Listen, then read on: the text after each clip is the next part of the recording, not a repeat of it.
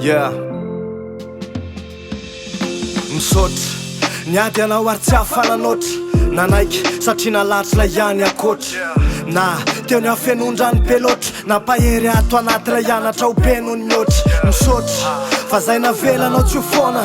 apetraky tino sady veloma ary mandra-piona mandra-piandry an'izay fetrany fotoana tontolo fotsiny no hafa fataopona ianao eo foana lasamborona rehefa iny matsiaro lay zoma arivo hoe inona ny trangany rapitso maraina mbola nitsaboarina natena na ny rehefa hita miaivo saingy tsy atsika ny mametra ny aina maraina tokoa tapitra ny anao ny adidy ndretrarehetra samikina tsisy nahana-tsafidy nitanondrika anangina ndrorana angidy nanaiky fa olombelona miaina tsy natao andidy mahatsiaro ireo tsikinao ndrandray manatena mboly ao nindray veloma ihany veloma fotsiny ihany mandra-piaona soadinay nianaranao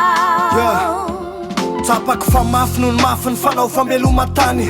lasa mitamberina taholy zay rehetra tany aloha tany nandinika ary niesaka sina ny tany tena ny valiny fandalovana ny eto atany ka ro dimby sy farany ataoko mandovany anaranao masamy azo anjara am'izay teny nambaranao hoanatra mipetraka ratrizay ny tantaranao mba hitondra rindran-damina vaovao ny fiakaranao dia androany indramikely lay hoe raha ivy fandao mba ho fahatsiarovananao tamin'ireo sony natao dia androany avoakako etsetsy voamborako tao ho tsipy-panohizana amin'ireo tanjona saika tao ho fanomezako voninahitra farany am'izay kely ananako zay voasahako manoratra na dia efa elany iomanako zay napetraka ho teo atanako ho tanako mafy ho reharehan'ireo timby sy taranako mahatsiaro ireo tsikinao ndrandray manatena mboly ao nindray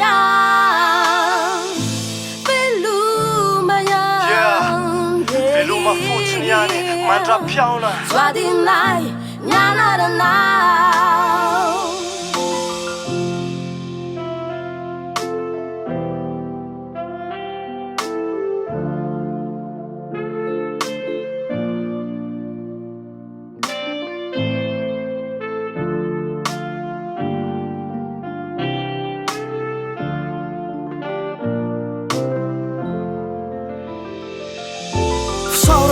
ary sady veloma fotsiny ihany amboaro lay toerana iaonatsika indray androany eny fahasambarana ny any zay koa nefa eto ezaka noreo nofinao mamy tsiaro rehefa mandeha reo feo mbali fararano velotsika sy manatena fefa nomenao tsodrano indraindray toto sebandrahoana miely zay ndra mandeha fa mahery am'le fiainana kely tsy mirehare